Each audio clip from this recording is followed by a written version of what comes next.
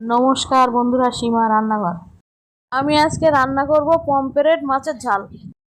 Pomfret মাছ নিলাম, মাছগুলো কেটে ধুয়ে নিলাম, হলুদ দিলাম, লবণ দিলাম, মাছের গায়ে মাখিয়ে নিলাম, কড়া বসালাম, সর্ষের তেল দিলাম, তেলটা গরম করে মাছগুলো ছেড়ে দিলাম, মাছটা ভালো করে ভেজে নিলাম, মাছগুলো তুলে নিলাম, সর্ষের তেল দিলাম, কেটে রাখা পেঁয়াজ আর কাঁচা লঙ্কা দিলাম, কাঁচা লঙ্কা পেঁয়াজ ভেজে নিলাম, সর্ষে বাটা দিলাম, লবণ দিলাম, ফুটিয়ে নিলাম, হলুদ দিলাম, জিরের গুঁড়ো দিলাম, লঙ্কার গুঁড়ো দিলাম, মশলাগুলো নাড়াচাড়া করে নিলাম, জল দিলাম, আগে থেকে ভেজে রাখা মাছগুলো দিয়ে দিলাম, আরও কিছুক্ষণ ফুটিয়ে নিলাম, কিছুক্ষণ পরে নামিয়ে নিলাম।